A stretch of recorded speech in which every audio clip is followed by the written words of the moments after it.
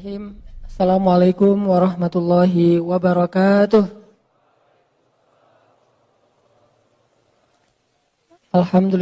Alhamdulillahi wa kafa, wassalatu wassalamu ala rasulillahil mustafa wa ala alihi wa sahbihi ahli siddiqi wal wafa. Teman-teman yang dirahmati Allah subhanahu wa ta'ala, puji syukur kepada Allah atas nikmat hari ini yang Allah berikan kepada kita mulai tadi subuh. Berbahagialah buat teman-teman yang tadi subuh bisa sholat subuh berjamaah. Kemudian sholat duha. Terus aktivitas hari ini di tempat tugasnya masing-masing, di kampus, di sekolah, di tempat kerja. Dan sore ini sampai malam Allah berikan atau Allah sempurnakan nikmat hari ini dengan insya Allah duduk di dalam majelis ilmu. Mudah-mudahan teman-teman yang istiqomah setiap pekan duduk dalam majelis ilmu akan semakin dikenal oleh para malaikat, terutama malaikat-malaikat yang khusus bertugas mencari majelis-majelis zikir di muka bumi. Saya pernah dulu nyampein hadis, Allah mengutus malaikat-malaikat yang sangat banyak, tugasnya berjalan-jalan di gang-gang, di setiap jalan, di gang, di sepanjang, di setiap negeri untuk mencari majelis-majelis ilmu. Lalu kalau malaikat ini menemukan satu majelis ilmu, maka malaikat ini akan memanggil teman-temannya. Malaikat yang lain dipanggil, berkumpul di majelis itu, kemudian mereka akan membentangkan sayapnya, lalu mendoakan orang-orang yang hadir di dalam majelis ilmu. Jadi kalau kita kadang-kadang tuh berharap banget doa dari orang tua, berharap didoain sama orang soleh, kalau duduk dalam majelis ilmu, yang ngedoain kita tuh bukan cuma orang tua, bukan cuma orang soleh, tapi malaikat. Orang tua kita doanya diijabah, padahal orang tua kita manusia yang kadang bisa ngelakuin kesalahan. Tapi Allah mengijabah, apalagi doa ayah nih. Orang soleh doanya juga diijabah, walaupun dia cuma manusia yang kadang juga ngelakuin dosa. Terus kalau orang soleh dengan orang tua yang sama-sama melakukan dosa, doanya diijabah, gimana lagi dengan malaikat yang gak pernah ngelakuin dosa. Jadi yang semangat mencari doa dari para kiai, itu sesuatu yang baik. Dari para ustadz, dari orang soleh, terutama dari orang tua, ayah dan bundanya. Dan mertua kalau ada. Kalau belum ya udah ayah bunda dulu. Sabar ya. Kalau yang rajin minta doa kepada orang-orang yang istimewa, berarti harusnya kita lebih rajin lagi meminta doa dari malaikat. Caranya duduk di dalam majelis ilmu. Lalu Allah Subhanahu wa ta'ala akan berdialog dengan malaikat itu. Jadi sekarang nih, kalau kita merujuk ke hadis tersebut, berarti kita coba belajar yakin ada dialog antara Allah dengan malaikat ketika ada majelis ilmu. Apa dialognya? Allah tanya kepada malaikat, wahai para malaikat, apa yang mereka lakukan di situ? Lalu malaikat menjawab dan Allah Maha tahu jawabannya. Mereka sedang berzikir, memuji, menyebut, mengagungkan Engkau ya Allah. Allah lalu bertanya, apakah mereka pernah melihat aku? Kata para malaikat, enggak pernah ya Allah. Kata Allah, gimana kalau mereka melihat aku? Kata malaikat, kalau mereka pernah melihat engkau, pasti mereka akan menghabiskan seluruh usianya untuk berzikir dan mengagungkan engkau. Terus Allah nanya lagi, apa yang mereka minta wahai para malaikat? Kata malaikat, mereka memohon surga di sisimu ya Allah, mengharapkan surga. Apakah mereka pernah melihat surga? Tidak pernah ya Allah. Bagaimana kalau mereka pernah melihat surga? Pasti mereka tidak menginginkan apapun dalam hidup kecuali surga itu. Allah nanya lagi, apa yang mereka berlindung darinya atau takutkan? Kata malaikat, mereka takut dari azab api neraka. Apakah mereka pernah melihat neraka? Tidak pernah ya Allah. Bagaimana kalau mereka pernah melihat neraka? Pasti mereka akan menghabiskan usianya dengan menangis dan berdoa agar terhindar dari azab neraka. Wahai para malaikat, saksikanlah, sesungguhnya aku telah memperkenankan semua harapan dan keinginan mereka. Aku jaminkan untuk mereka surga dan dibebaskan dari api neraka. Ini janji Allah kepada para malaikat. Malaikat mengatakan, amin. Tiba-tiba ada malaikat yang qadarullah ya, kalau bahasa kita nggak sengaja melihat ada orang di situ tidur. Ya Allah, gimana dengan si fulan yang dia itu cuma tidur di dalam majelis itu, nggak sengaja ikut taklim, dia lagi istirahat di masjid, tiba-tiba ada taklim dan dia jadi kebawa di dalam majelis tersebut. Nggak niat ikut taklim, apalagi kalau niat walaupun sama-sama tidur. Niat sih pengen ikut taklim, cuman karena mungkin lelah banget ya, semalaman nggak tidur. Kenapa nggak tidur? Belum bisa melupakan jawaban yang sangat pahit dari calon mertua. Anak saya udah ada calonnya, kan itu berat, nggak bisa tidur semalaman. Nah besoknya dia pengen self-healing, hadir dalam majelis ilmu. Sampai di sini sakinah. Nggak bisa dapat sakinah mawaddah warahmah, dapat sakinah di dalam majelis ilmu. Jadi benar emang, yang masih berstatus gitu, yang masih berstatus sendiri, mungkin salah satu cara untuk kita menjaga ketenangan diri kita, kalau nggak bisa ngelihat wajah pasangan, minimal kita hadir dalam majelis ilmu. Tapi lebih keren lagi hadirnya berdua sih. Tetap angger ya. Nah, ya Allah tuh ada orang tuh, dia cuman tidur doang di situ, cuman mampir, nggak sengaja dan nggak ada niat pengen cari ilmu. Gimana dengan dia? Kata Allah, dia termasuk di antara orang-orang yang mendapatkan rahmat. Artinya nggak tahu nih, dia dapat apa yang dijanjikan atau sekedar dapat rahmat, tapi tetap dapat kebaikan, padahal nggak sengaja. Gimana yang sengaja? Gimana yang udah prepare, yang udah diniatin, yang udah kepengen banget datang jauh-jauh, pasti al-jaza wa ala qadril masyaqqah. Balasan itu tergantung tingkat kesulitan. Jadi bahagialah teman-teman yang insya Allah apa yang teman-teman lakuin hari ini akan jadi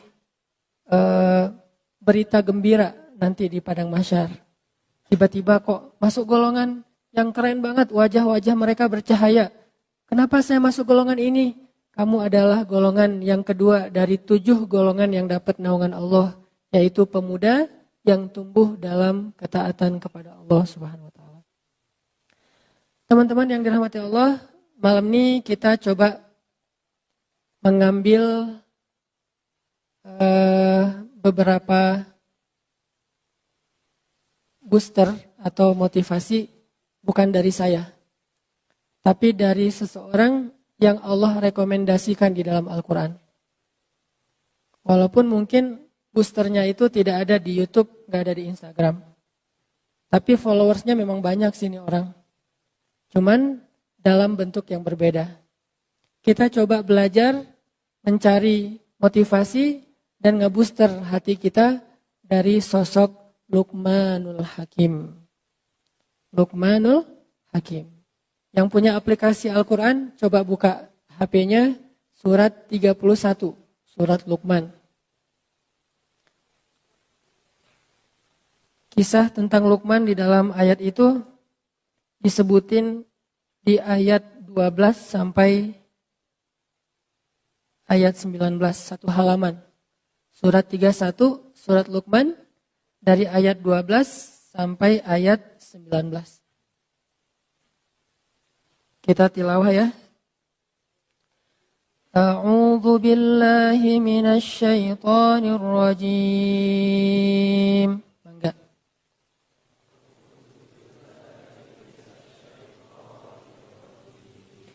Bismillahirrahmanirrahim.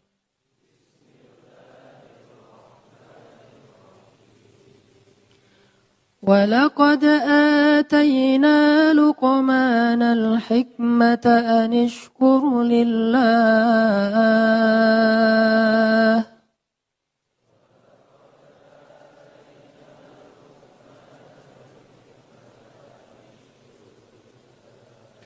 ومن يشكر فإنما يشكر لنفسه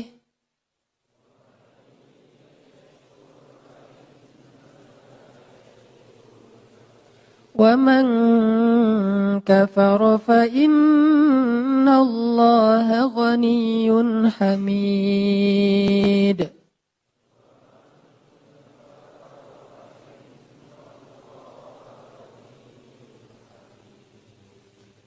Dan sungguh telah kami berikan kepada Luqman al-hikmah supaya bersyukur kepada Allah.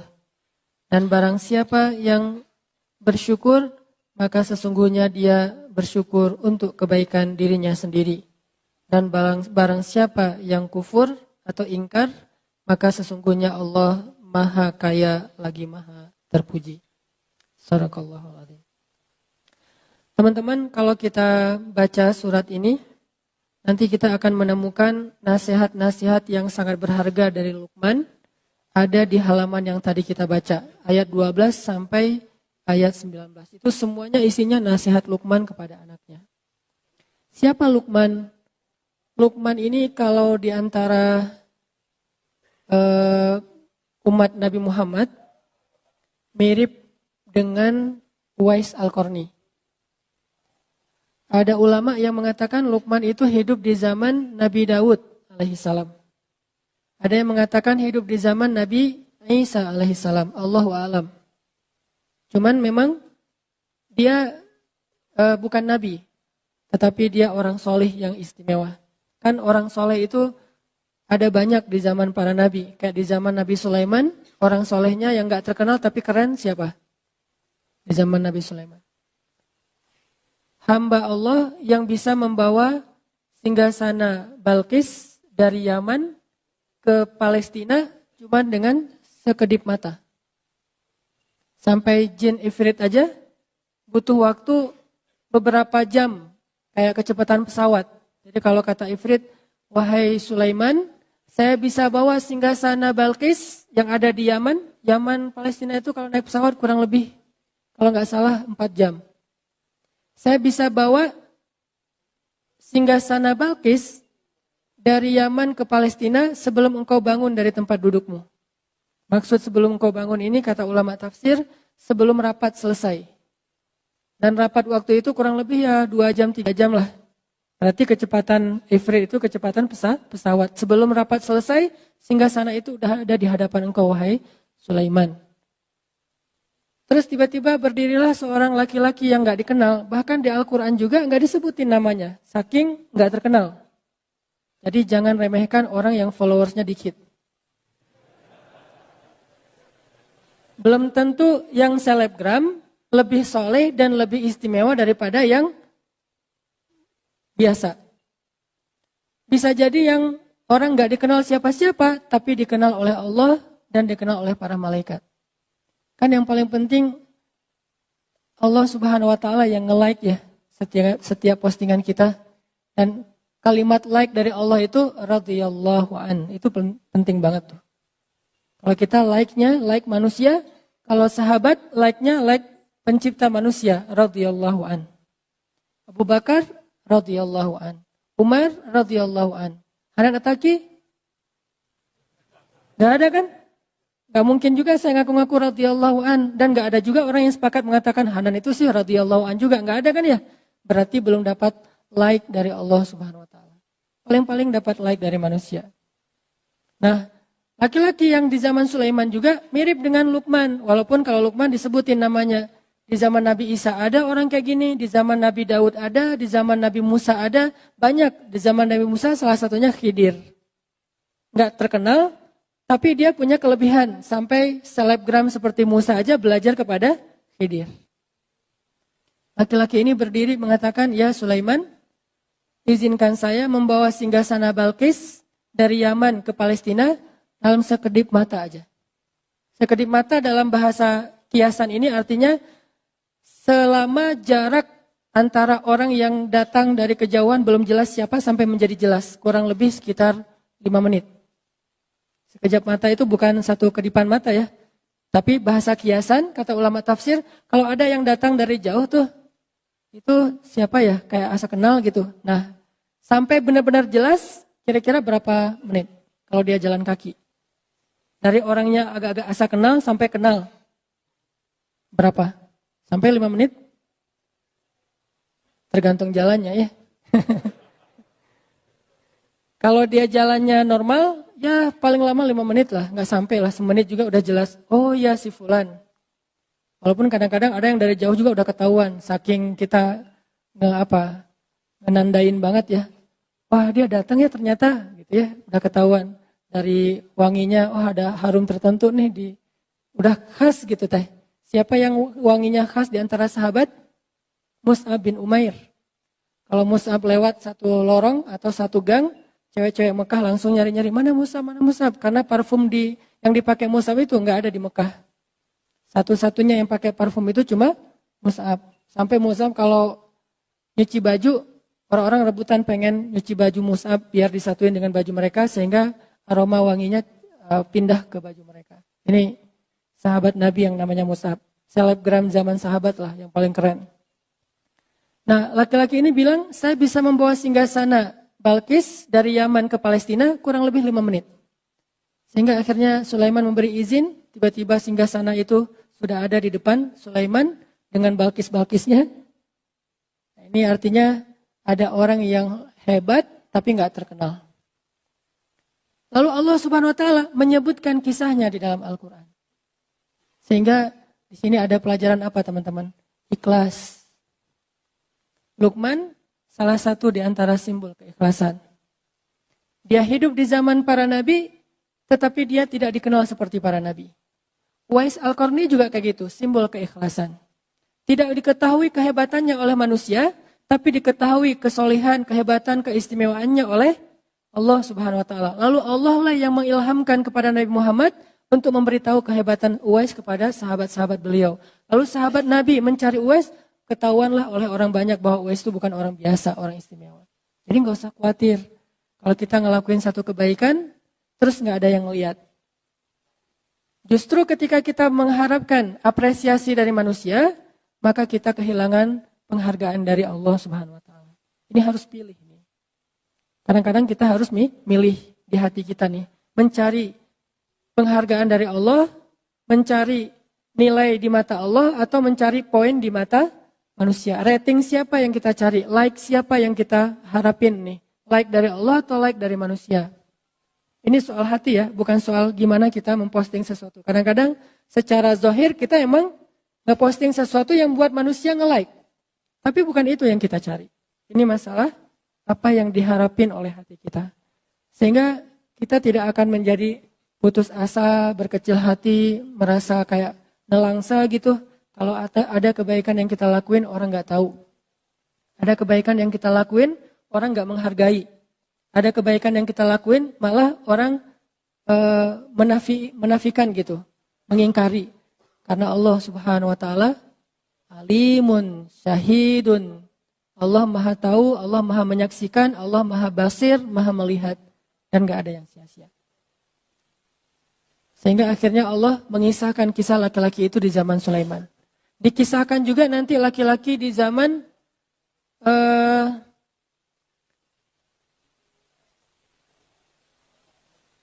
Nabi Nuh alaihissalam. Dikisahkan juga laki-laki di zaman Nabi Ibrahim alaihissalam. Banyak banget nih orang-orang kayak gini. Termasuk yang kalau kita baca surat Yasin, waja'a min aqsal madinati rajulun yas'a. Ada kan ayat gitu ya? Datanglah seorang laki-laki dari tengah kota, berjalan terburu-buru, pengen menyelamatkan para nabi yang lagi mau dibunuh oleh Bani Israel. Siapa laki-laki itu? Gak ada namanya. Kalaupun ada, tebakan dari para ulama Habib An-Najjar. Tapi itu bukan dari Al-Quran, bukan dari hadis. Hanya interpretasi ulama, entah benar entah enggak.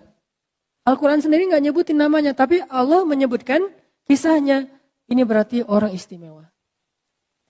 Gitu juga dengan istrinya Fir'aun. Istri Fir'aun ada namanya di Al-Quran? Nggak ada. Yang ada Imratu Fir'aun, istri Fir'aun. Kenapa disebutin namanya, disebutin kisahnya? Karena dia istimewa. Walaupun orang tidak menyebut-nyebut nama dia seperti menyebut-nyebut nama Musa atau Harun. Gitu juga dengan Uwais Al-Qarni. Uwais itu kalau menurut saya ikhlasnya udah teruji banget.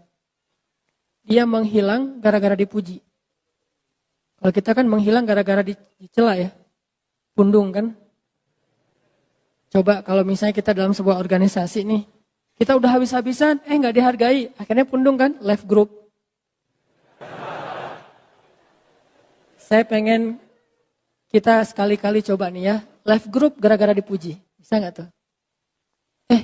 Dia left group loh, ada masalah apa ya? Dijapri sama teman-teman kita. Loh kenapa left group ada masalah? Kita ada sikap yang nggak berkenan?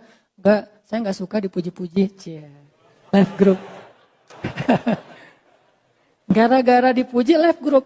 Ini Masya Allah nih karena kemarin kita karena ditraktirin atau apalah gitu-gitu banyak disebutin kebaikan-kebaikan yang kita baru lakuin. Kita nggak nyaman, akhirnya left group. Itulah yang dilakukan Uwais Al-Qarni loh teman-teman. Kan awalnya dia nggak terkenal sama sekali nih. Nabi yang nge-mention tentang dia kepada Umar. Kata Nabi, ya Umar, kalau nanti kamu punya kesempatan, carilah laki-laki dari Yaman, namanya Uwais. Dia tinggal di sebuah desa namanya Qaran, sehingga disebut Uwais Al-Qarani. Kayak kita, Hanan Al-Antapani, tinggal di Antapani kan jadi. Uwais Al-Qarani, tinggal di Qaran. Dan dia punya ciri-ciri khasnya itu di perutnya ada bekas penyakit kulit yang gak sembuh. Karena dulu seluruh tubuhnya berpenyakit, dia berdoa, ya Allah sembuhkan penyakit kulit saya, tapi sisakan sedikit di bagian perut, biar saya selalu ingat nikmat-Mu ya Allah. Allah sembuhkan persis kayak diminta oleh Uwais. Kita kan kalau berdoa jarang persis banget ya diijabah ya, karena doa kita kurang bagus mungkin, Allah memberikan yang lebih baik. Kalau Uwais, gimana dia minta gitu Allah kasih, saking luar biasanya Uwais. Nah cari dia Uwais, kalau ketemu dia, nah ini ada sesuatu yang istimewa banget nih. Kata Rasul, mintalah doa dari Uwais, doa Uwais enggak ditolak oleh Allah. Umar disuruh minta doa kepada Uwais. Padahal seluruh ulama sepakat Umar lebih utama daripada Uwais. Enggak ada ulama yang bilang Uwais lebih utama daripada Umar. Semua sepakat Umar lebih utama daripada Uwais. Pertama generasinya sahabat, Uwais tabi'in. Sahabat lebih baik daripada tabi'in. Khairun nas. Gimana sih hadisnya? Sebaik-baik generasi, khairul qurun qarni. Sebaik-baik zaman adalah generasi aku. Summal ladzina yalunahum, summal ladzina yalunahum. Kemudian setelahnya. Artinya sahabat lebih baik daripada tabi'in. Tapi yang lebih baik ini disuruh minta doa kepada orang yang di bawahnya, Uwais. Berarti ada yang istimewa pada Uwais yang enggak ada pada Umar. Tapi secara umum Umar lebih istimewa daripada Uwais. Kayak Musa dengan Khidir. Secara umum Musa lebih utama daripada Khidir. Tapi ada satu hal yang Khidir punya, Musa enggak punya. Kan selalu gitu ya, enggak ada manusia yang sempurna di segala bidang. Akhirnya Umar nyari Uwais, kita tahu ceritanya. Orang-orang meremehkan Uwais, ngapain sih Amirul Mukminin, presiden kok nyari orang kayak Uwais gitu, penjaga ternak jamaah haji dari Yaman.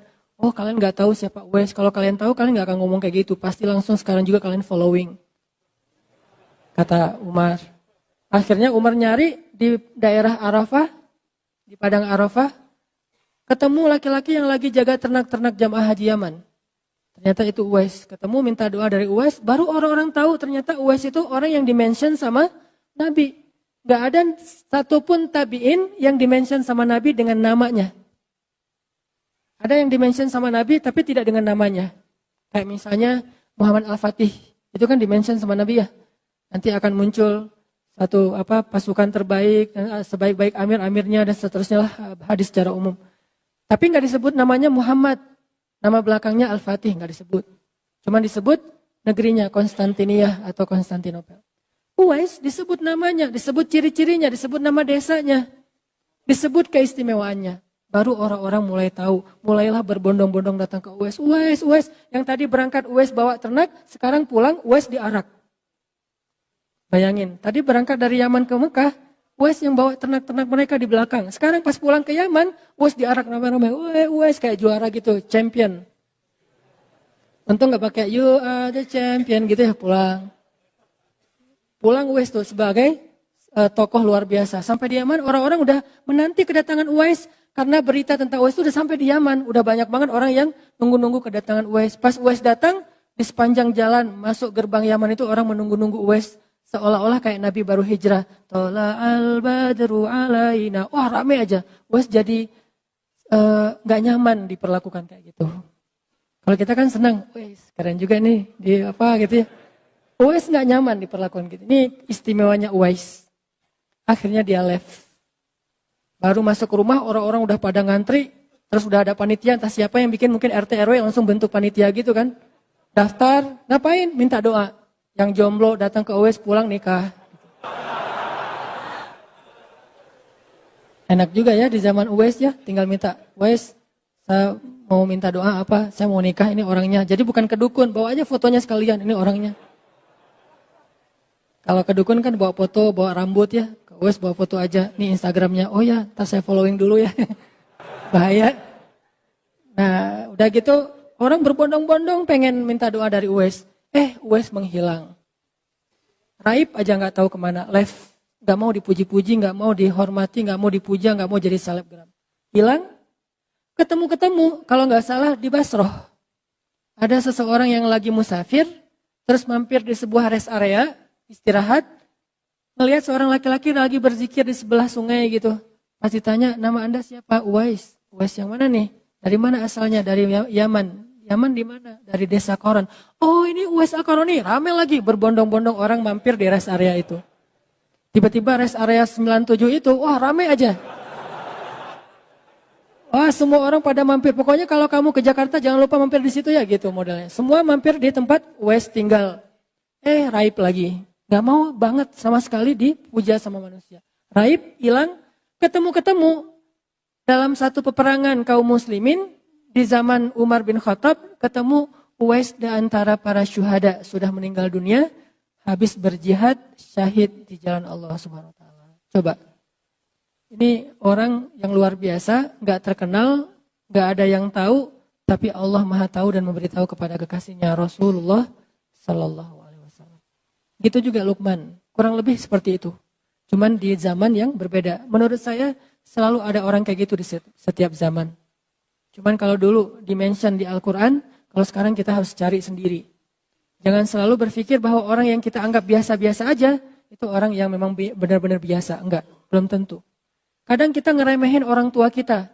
Kadang kita ngeremehin pasangan kita. Padahal mungkin dia lebih dicintai Allah daripada orang-orang yang selama ini kita puja-puja. Kayak ada orang yang baru hijrah misalnya. Dia muja ustadznya banget. Sampai ketika orang tuanya ngasih nasihat, dia gak mau dengar. Ayah tahu apa, mak tahu apa gitu. Belum tentu orang tua kita yang gak tahu banyak tentang agama, berarti dia bukan siapa-siapa di mata Allah. Mungkin kelebihan dia bukan ilmu agama. Kelebihan dia bukan ceramah. Kelebihan dia bukan dakwah. Tapi kelebihan dia adalah sabar dan tulus banget mendidik, membesarkan, mengandung, menyusui kita sejak kita kecil. Dan itu sesuatu yang istimewa. Berarti kita punya Uwais di rumah kita masing-masing. Kita punya Uwais, atau dalam bahasa lain punya Luqman, punya laki-laki di zaman Sulaiman itu di rumah kita masing-masing. Atau di kampung kita juga ada mungkin ustadz atau kiai ajengan yang mungkin gak terkenal. Dia cuma ngajar-ngaji anak-anak di kampung. Saya kenal beberapa orang di situ kayak gitu di daerah Cianjur Pedalaman. Beliau yang menanggung biaya listrik musola yang beliau ngajar. Jadi anak-anak itu belajar ke beliau gratis, terus biaya listrik setiap bulan beliau yang tanggung, dari hasil panen beliau yang memang pas-pasan gak terlalu banyak. Ini orang luar biasa, gak ada yang kenal sama beliau.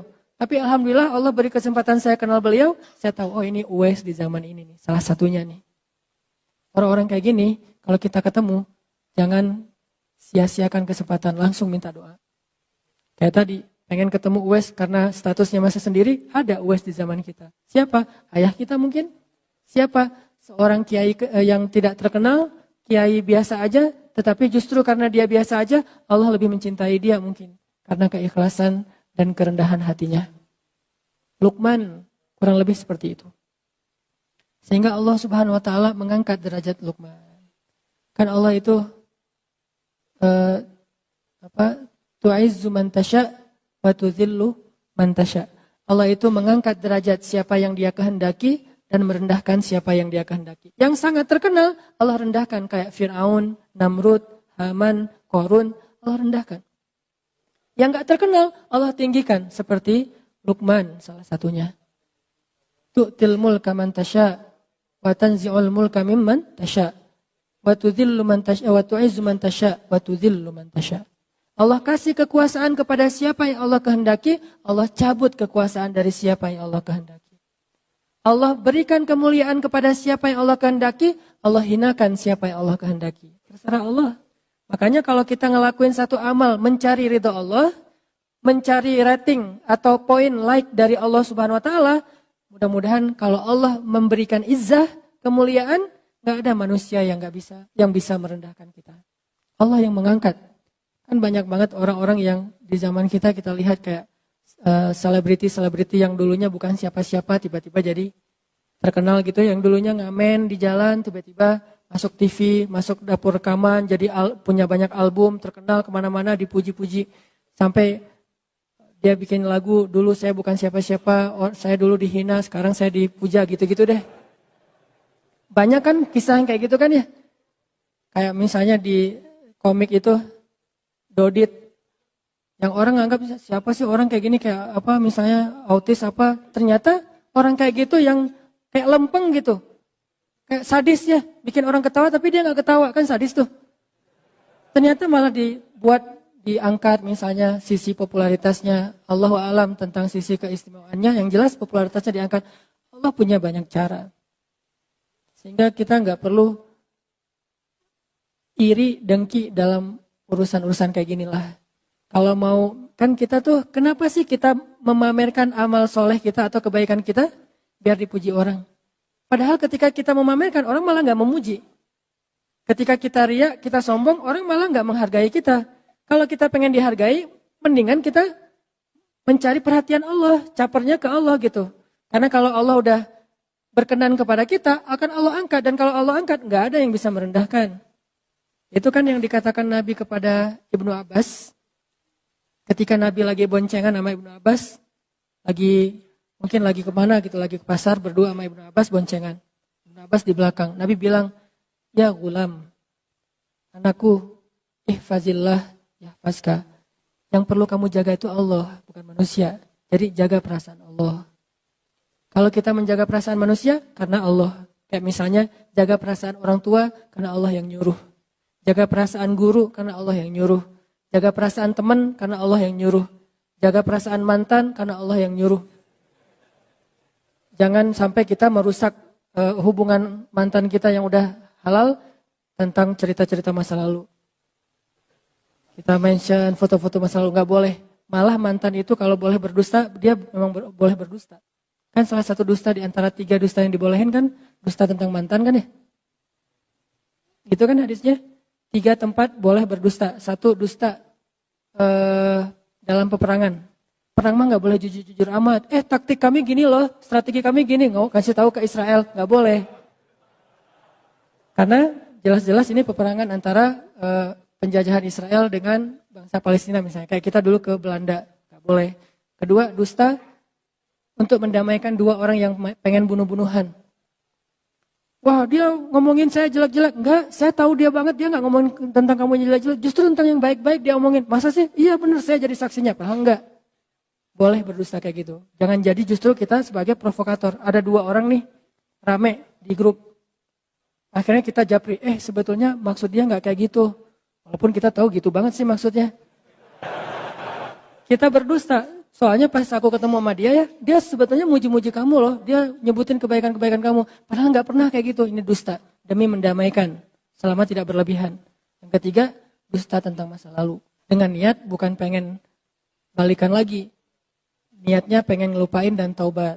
Nggak boleh cerita. Itu tahu nggak mantan gue ada berapa? Ngomong ke pasangan. Wah bahaya itu. Langsung talak 3 ya.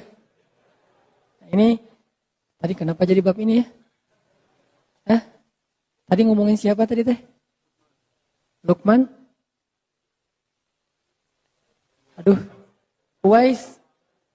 Ya gitu deh pokoknya. Jadi intinya adalah, oh iya benar, ngomongin cari perhatian. Ibnu Abbas ya. Yang perlu kita jaga, perasaan Allah, bukan perasaan makhluk. Kecuali perasaan makhluk ini memang Allah yang nyuruh. Kita jaga tuh perasaannya. Ihfazillah, yahfazka. Kalau kita jaga perasaan Allah, kita nggak pernah ngecewain Allah. Allah nggak bakalan ngecewain kita, nggak mungkin. Jadi kalau kita sering kecewa, ini karena kita sering ngecewain Allah juga nih. Aku tergantung prasangka hambaku kepadaku. Jadi jangan ngecewain Allah, ya Allah, saya tidak akan mengecewakan engkau. Allah nggak akan mungkin ngecewain kita. Mustahil. Manusia aja ada yang kayak gitu, nggak mau ngecewain kita karena kita nggak pernah ngecewain dia. Dia jaga banget tuh nama baik kita atau amanah kita, kepercayaan kita, dia jaga banget. Apalagi Allah, jaga Allah, Allah jaga kamu. Jaga Allah, Allah menyertaimu kemanapun kamu pergi. Kalau ada manusia pengen menjatuhkan kamu, kamu nggak akan jatuh kecuali dengan izin Allah. Ada manusia yang pengen mengangkat kamu, kamu tidak akan menjadi terangkat, menjadi lebih mulia kecuali dengan seizin Allah. Jadi kalau kita kadang-kadang ada cemburu dan itu manusiawi, sifat dasar kita. Cemburu ngelihat ada orang lain yang mungkin kayak lebih diapresiasi dari kita. Nah caranya jangan menghalangi dia, jangan ngejelek-jelekin dia, malah makin jelek kitanya. Jangan juga memamerkan kebaikan kita. Caranya gimana? Ya udah, caper aja ke Allah yang maha meninggikan derajat hamba-hambanya. Lakuin lagi kebaikan yang banyak. Gak apa-apa manusia gak tahu. Makin manusia gak tahu, makin Allah senang tuh. Akhirnya Allah angkat. Dan itulah yang terjadi kepada Luqman. Itu yang terjadi kepada Uwais. Itu yang terjadi kepada hamba-hamba yang tidak dikenal namanya. Jadi pelajaran pertama dari Luqman, belajar ikhlas. Orang ikhlas tuh gak akan rugi. Kalau kita berpikir, oh gara-gara saya ikhlas gak ada yang tahu, saya jadi kayak gini nih. Enggak. Karena Allah maha tahu. Kecuali kita berdagangnya bukan dengan Allah, transaksinya dengan manusia. Tapi bukan berarti ketika seseorang mensyiarkan satu kebaikan itu dia nggak ikhlas ya. Ini bukan untuk menjudge orang lain. Lagi-lagi taklim saya selalu ada catatan kita belajar untuk memperbaiki diri. Bukan belajar untuk memperbaiki orang lain. Sehingga ketika kita mendapatkan satu ilmu, jangan pakai untuk jadi kaca pembesar. Pakai untuk jadi cermin. Jangan pernah mengambil ilmu dari satu taklim untuk jadi kaca pembesar. Melihat kekurangan orang lain. Tapi jadikan itu cermin untuk melihat kekurangan diri kita. Kalau ada orang lain yang mentampakkan satu amal solih, kita husnuzon. Oh berarti niat dia pengen syiar. Sehingga dengan syiar ada yang niru, akhirnya dia dapat pahala dari orang yang meniru. Kan gitu kan ya. Tapi kalau kita, tinggal kita yang paling tahu isi hati kita. Kalau riya, kita istighfar. Kalau syiar, kita lanjutkan. Kita hanya perlu mengintrospeksi diri. Ini riya apa syiar ya? Ini karena Allah atau karena manusia, kita lebih tahu. Tapi kalau orang lain, iltamis li akhika alfa uzrin. Carilah untuk saudaramu 1000 alasan yang baik. Oh mungkin. Kayak misalnya terakhir dalam 2 tahun terakhir, walaupun bukan cuma satu orang, ini salah satunya nih, Muzammil mensyiarkan tilawah Al-Quran diposting di Instagram. Tilawah Al-Quran itu santai. Bisa tilawah sambil main, sambil ngapain, sambil termasuk lagi sholat gitu ya. Dengan pakaian yang biasa aja, terus anak ITB. Syiar nih. Akhirnya alhamdulillah banyak juga anak-anak SMA lagi istirahat di sekolahnya, baca Quran, posting juga. Sampai terakhir ada siapa tuh yang gimbal, ya baca Quran, gimbal, anaknya kayak reggae banget lah. Anak reggae tapi tilawahnya keren gitu kan ya. Ini berkembang terus nih trennya. Berarti kalau niat Muzammil dulu adalah syiar, man sanna sunnatan hasanah, siapa yang mencontohkan suatu contoh yang baik, maka dia dapat pahala dari orang yang mencontohinya tanpa mengurangi pahala mereka. Sebaliknya juga, dulu mungkin kita ngelakuin satu keburukan ditiru oleh orang lain. Berarti kita juga mendapatkan dosa dari orang yang meniru tanpa mengurangi dosa mereka. Na'udzubillahi min dzalik. Jadi enggak menjudge orang lain. Cuman untuk diri kita harus hati-hati. Kadang-kadang awalnya sih syiar. Tapi lama-lama syiar plus riya. Kayak mau ngaji. Ngaji pas ngaji di rumah biasa-biasa aja. Pas ngaji di halte dibagus-bagusin. Kenapa? Biar jadi syiar kan. Mudah-mudahan gara-gara saya ngaji di halte keluarin Quran. Padahal nggak pakai Quran juga, pakai HP juga bisa kan. Tapi kalau HP kan nggak ketahuan lagi ngaji, bisa aja lagi chat gitu. Sengaja dia HP ada sih aplikasi mushaf tapi dia keluarin Quran, ngaji gitu. Niat awalnya syiar, biar ditiru sama yang lain. Ternyata orang-orang pada ngelihat ke arah dia, dibagus-bagusin bacaannya. Alhamdulillah nih, pas udah ditiru, rame orang yang kayak gitu. Halte-halte mulai banyak yang ngaji, dia ngomong dalam hatinya, ini gua yang pertama ngelakuin. Tuh kan? Ini nih, ujiannya di situ. Bukan gara-gara itu kita jadi nggak bersyiar. Itu godaan setan juga tuh. Lo nggak usah beramal soleh daripada riya. Itu setan gitu juga tuh. Lo mending kalau ngaji biasa-biasa aja deh daripada ntar dibilang suaranya bagus. Oh iya ya udah. Bismillahirrahmanirrahim. Alhamdulillahirabbil alamin. Ustaz, kenapa ngajinya gitu? Takut riya. Enggak gitu-gitu amat sih. Itu juga jebakan setan. Dah, udah ngajinya biasa-biasa aja. Ada yang ngajinya bagus. Kayak dia doang yang bisa ngaji bagus. Gua sebetulnya bisa, tapi gua mah ikhlas. Riya juga kan ya? Sama aja sebetulnya. Makanya islahul qulub, tazkiyatun nufus, perbaiki hati kita. Mungkin pembahasan tentang Luqman ini akan kita coba bahas dalam beberapa pertemuan ke depan. Malam ini kita coba fokus dulu dari sisi sosok Luqmanul Hakim yang sangat sederhana, yang bahkan bisa dibilang orang yang khafi. Jadi di antara hamba yang Allah sayang banget, spesial banget di sisi Allah itu taqi, khafi. Terus apa lagi gitu? Salah satunya khafi. Khafi itu artinya dia itu nggak mau terkenal. Walaupun terkenal itu bukan sesuatu yang negatif. Karena banyak juga sahabat justru karena ketenarannya maka efek kebaikannya lebih viral. Tapi ada orang yang memang memilih nggak mau terkenal. Kalau sahabat Nabi yang kayak gini siapa? Nanti teman-teman bisa cari cerita tentang dia. Abu Dzar Al-Ghifari. Abu Dzar tuh gitu banget tuh.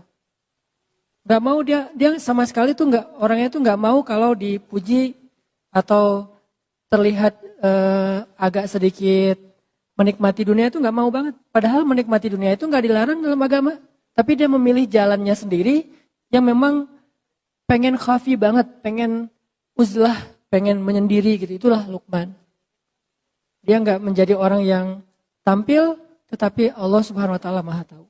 Makanya bukan berarti kita nggak boleh tampil sama sekali, nggak. Kadang seorang mukmin harus menampilkan kebaikan agamanya supaya orang-orang menghargai agama Allah. Kayak Utsman bin Affan.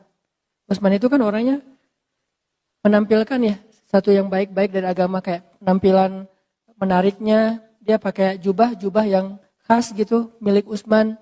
Gak mungkin ketukar sama yang lain karena gak standar jubahnya. Sendalnya tuh pasti bukan sendal jepit. Pasti sendalnya itu sibetiyah, bukan na'al. Kalau na'al semua sahabat pakai na'al. Tapi kalau yang sibetiyah cuma beberapa orang yang pakai sendal dengan merek sibetiyah. Nah itu salah satunya Utsman.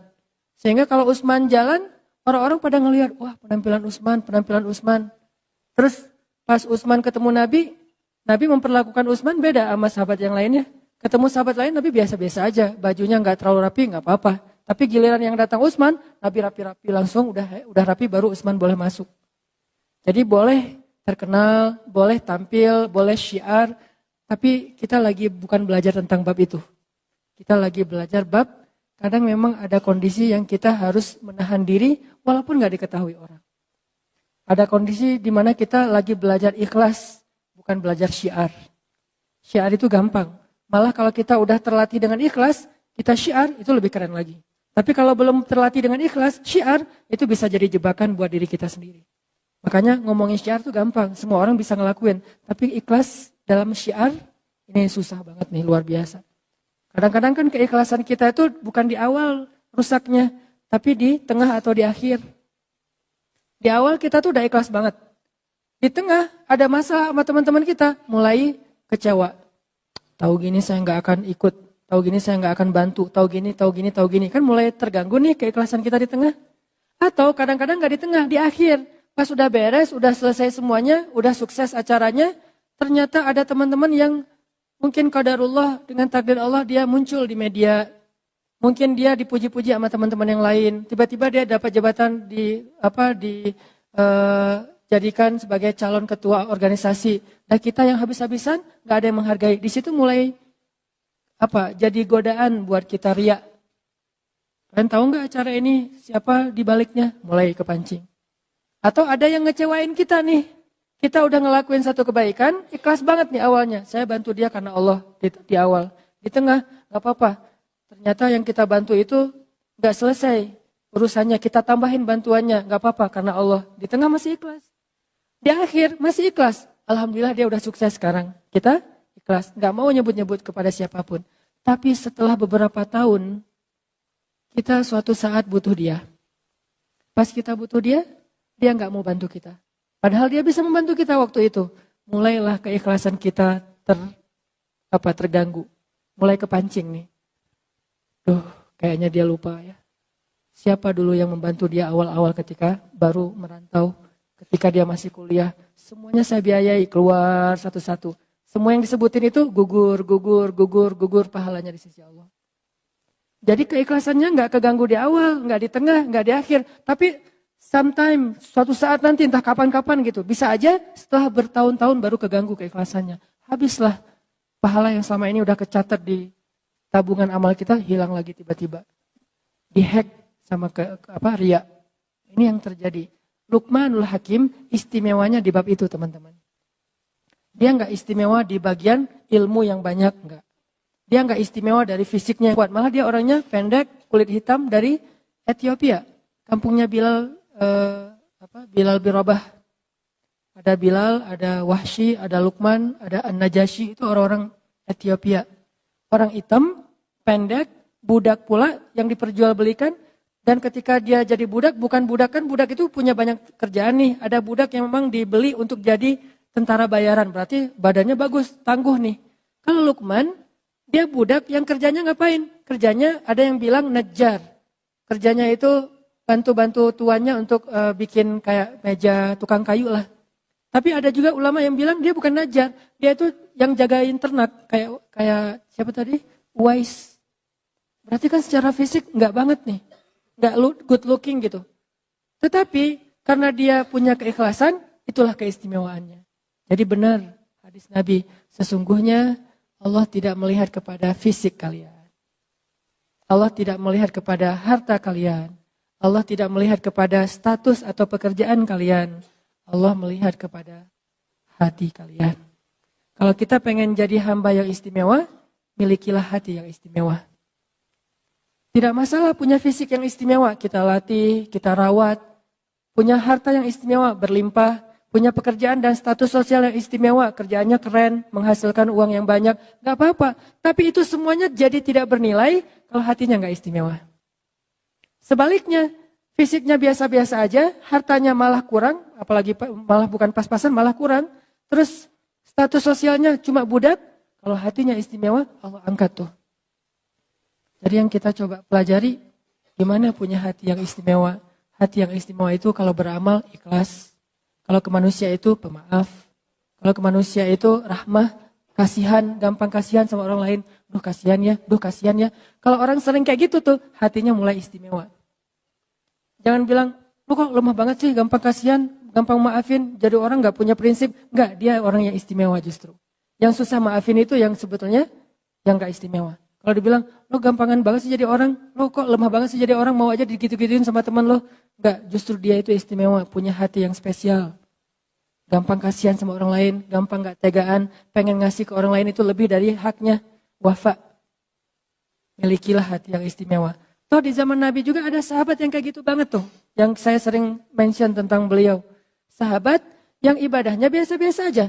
Cuma standar lah salat wajib. Gak ada yang sunnah yang istimewa. Terus sedekahnya biasa-biasa aja. Cuman bahkan gak bisa berzakat karena bukan orang kaya. Jihad biasa-biasa aja. Bukan mujahid yang keren kayak Khalid bin Walid.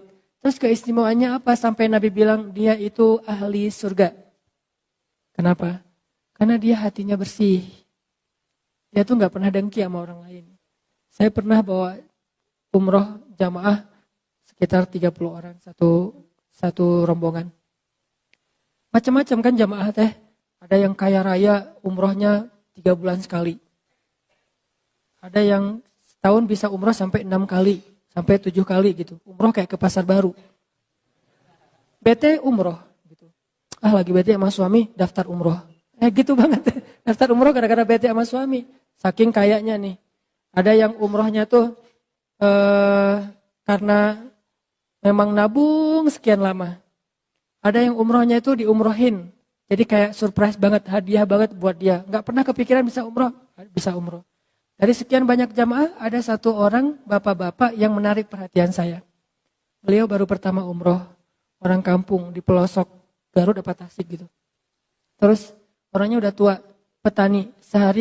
Setiap hari beliau kalau ke sawah, buruh tani bukan petani, buruh tani. Pergi ke sawah itu jaraknya 5 kilo, berarti pulang balik sehari 10 kilo, setiap hari. Makanya tawafnya paling getol tuh. Yang lain tawaf sehari sekali, beliau bisa beberapa kali. Asal sholat jamaah, tawaf. Nah ini, bapak ini orangnya sederhana banget. Bukan orang yang mungkin secara educatednya, orang-orang yang berpendidikan tinggi, orang-orang di kota, enggak, orang kampung. Yang mungkin cuma lulus SMP atau SD gitu. Bahasa Indonesia enggak bisa.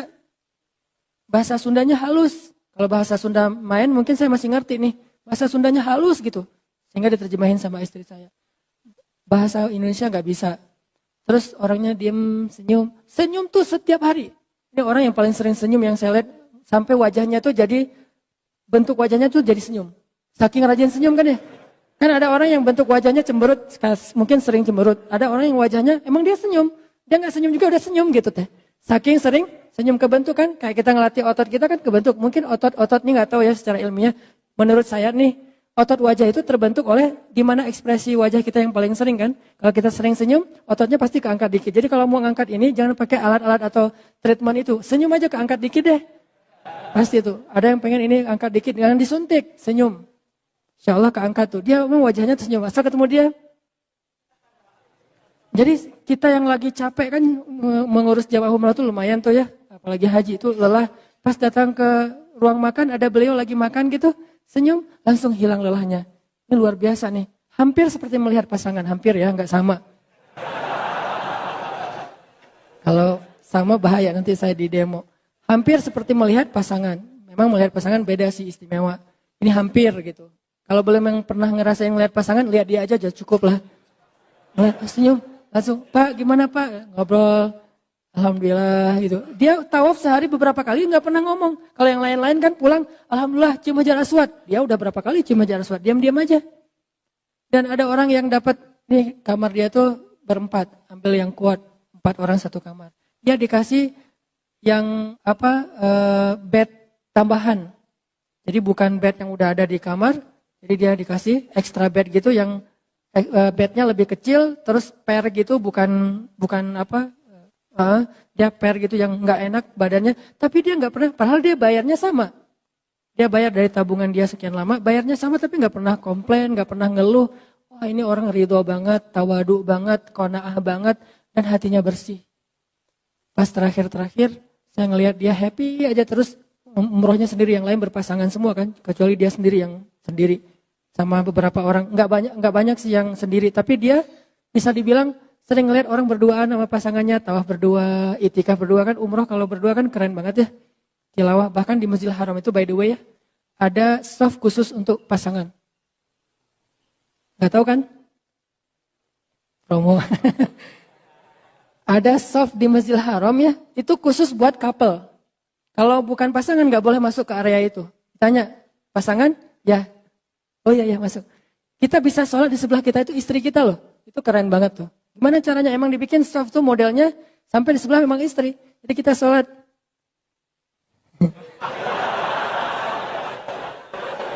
Enggak. Enggak boleh gitu ya. Tapi kadang-kadang gitu juga sih. Ada yang kayak gitu. Dia mah umroh sendiri, tawaf sendiri, makan sendiri, ke kamar. Kadang-kadang karena emang dia orang kampung banget. Kan satu kamar tuh dikasih kunci cuma 2. Kunci kamar. Dia nggak bawa kunci. Sering dia pulang ke kamar, temannya baru pergi. Datang-datang jam berapa dia nungguin aja sendiri. Gak pernah marah sama temannya. Pas datang, Pak udah lama. Lumayan kata dia. Gitu senyum. Datang-datang tidur. Berarti lelah banget tuh nungguin sampai masuk ke dalam kamar langsung tidur. Luar biasa nih orang. Pas udah selesai umroh saya tanya ke dia, Pak apa sih rahasianya kok bisa nyaman kayak Bapak nih. Kayaknya anteng gak ada masalah dalam hidup. Ya terima aja apa yang Allah kasih. Gitu doang. Ridho. Ini hal yang paling berharga yang saya belajar dari dia. Ridho. Apapun yang Allah kasih, yang terjadi dalam hidup kita hari ini itu pemberian Allah. Terima aja lah. Kalau kita terima pasti bahagia. Karena kalau kita nggak terima dikasih sebanyak apapun nggak bahagia. Sesederhana itu. Ini yang panjang omongan saya nih. Dia cuma segitu doang. Terima aja apa yang Allah kasih. Segitu. Saya panjangin jadi ridho lah apalah jadi teori lah ya. Saya yang menteorikan itu nggak bisa kayak gitu. Beliau sederhana tapi bisa. Nah, ada orang yang istimewanya bukan fisik, bukan harta, bukan status sosial, istimewanya hati. Itulah Luqmanul Hakim. Mudah-mudahan kita diberikan hati seperti itu, sehingga Allah Subhanahu wa Ta'ala mencintai kita karena melihat hati kita yang insya Allah tidak pernah dengki kepada orang lain. Gak pernah dengki kepada teman kita yang duluan ke pelaminan, biasa aja. Ini ada surat undangan, dia mau nikah, alhamdulillah. Gitu ya, lama-lama